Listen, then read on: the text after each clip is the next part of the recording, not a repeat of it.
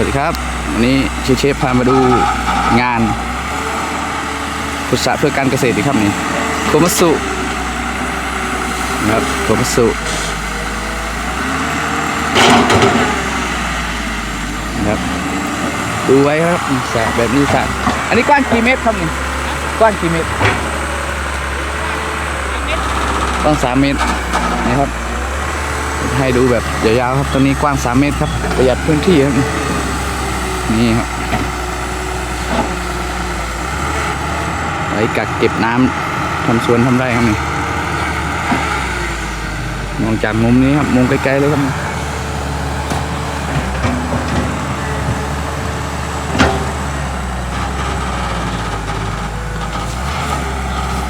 งานนี้เป็นที่ของเจ้าของไมโครเองครับนี่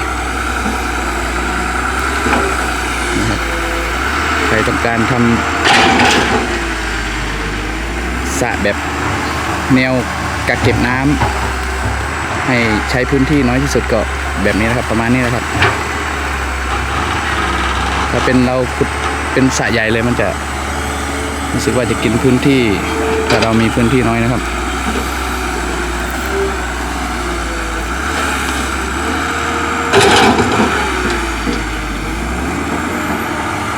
เดี๋ยวไปรับชมรถใกล้ๆนะครับ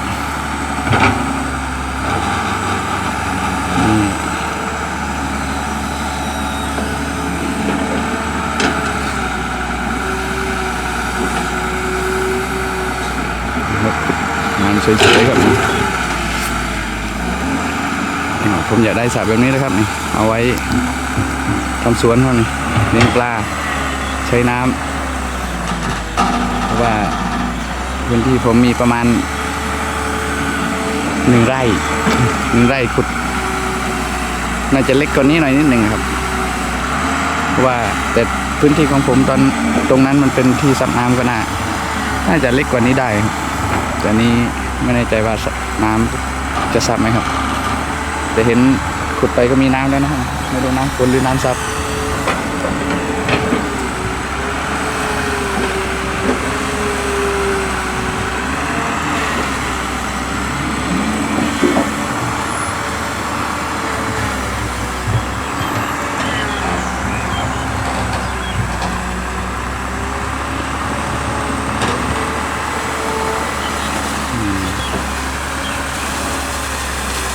นี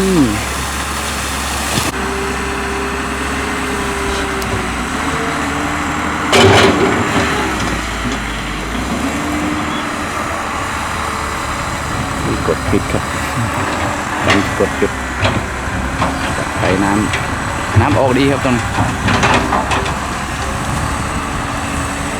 รู้สึกว่าจะมีน้ำออกดีครับไปน้ำก็ออกไปครับนี่ก็น่าจะลึกประมาณ3 เมตร33กว้าง3ลึก3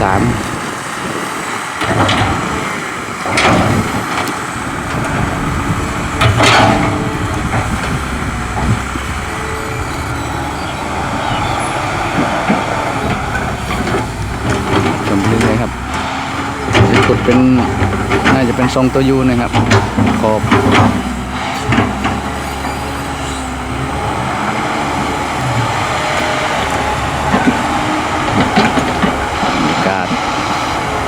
สายทุ่งครับ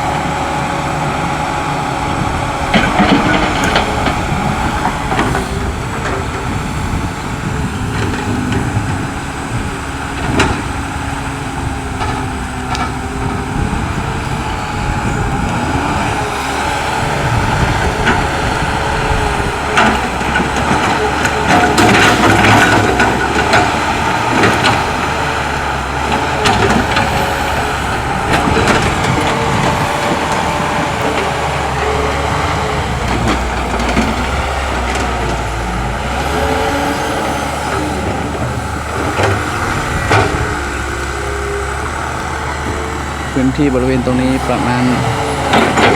2 ไร่ขอดูทำจะปลูกอะไรมีชั้นด้านบนนะครับชั้นชนนะครับเอาไว้น่าจะไว้ปลูกต้นไม้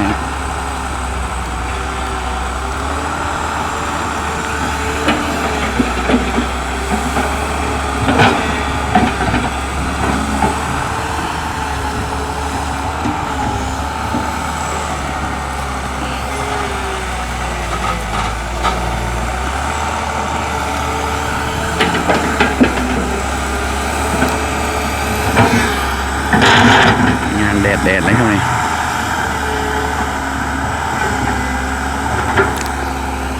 เคลียร์ปาดขอบข้างอยู่ครับนี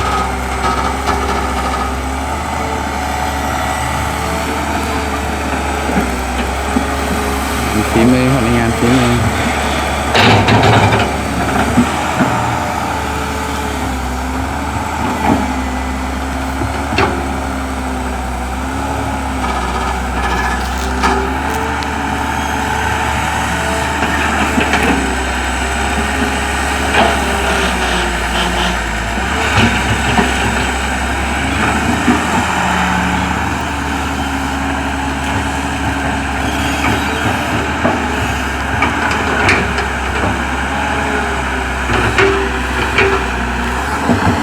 นี่เป็นของเท่าแก่เองครับเลยไม่รู้ว่าคิดเป็นชั่วโมงเท่าไหร่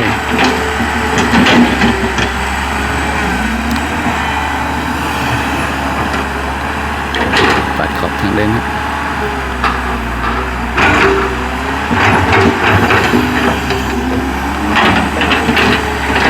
อันนี้ก็จะสโลปเฉียงประมาณ85 องศาครับ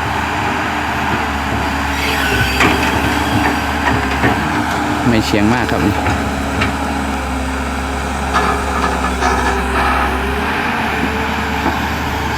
เป็นเฉียงแนวชันๆครับ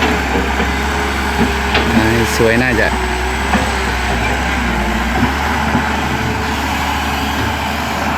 สัก65ครับจะสวย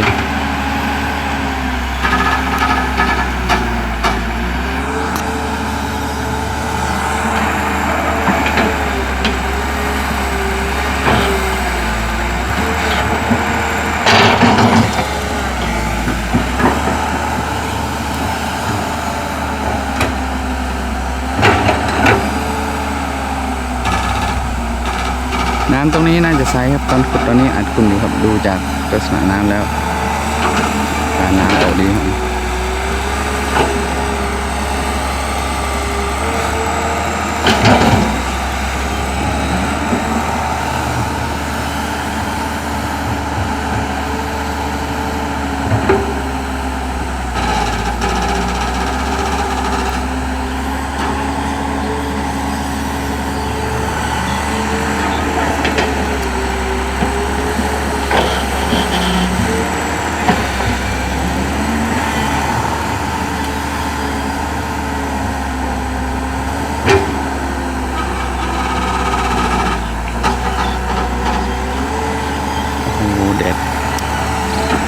แรงมากครับวันนี้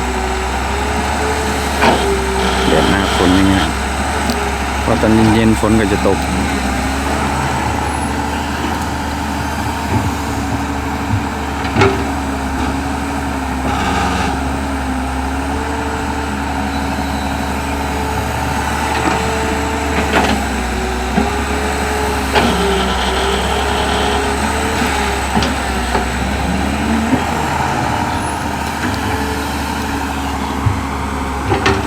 อยากจะถอยดูมุมยาวๆมั้ง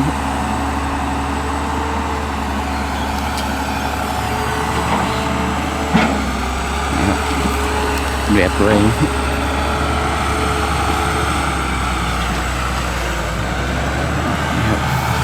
ดูจาก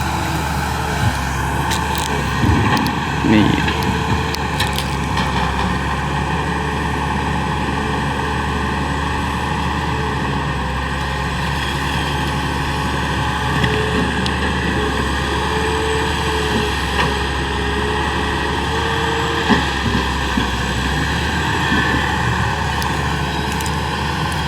อันนี้ไม่งานเนียบๆเลยครับนี่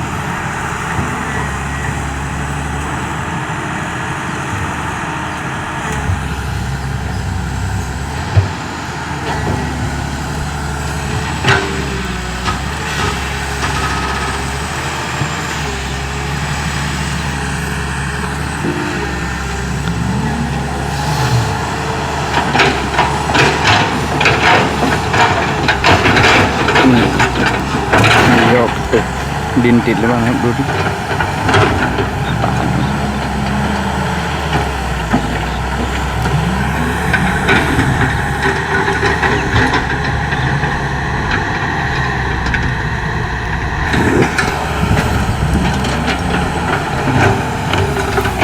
ถึงมาแล้วครับตอนนี้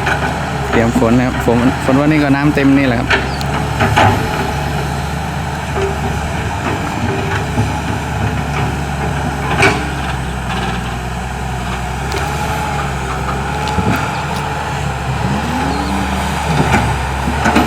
ตรงนี้จะมี2 ชั้นครับเก็บมุมนี้ครับ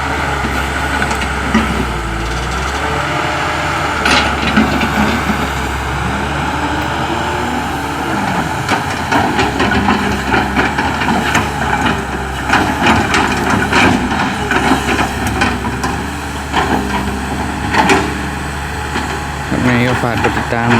กด Subscribe กดกระดิ่งให้ด้วยนะครับฝากรับชมด้วยนะครับไงถ้ามีงานชิ้นใหม่ๆจะมาให้รับชมนะครับสวัสดีครับ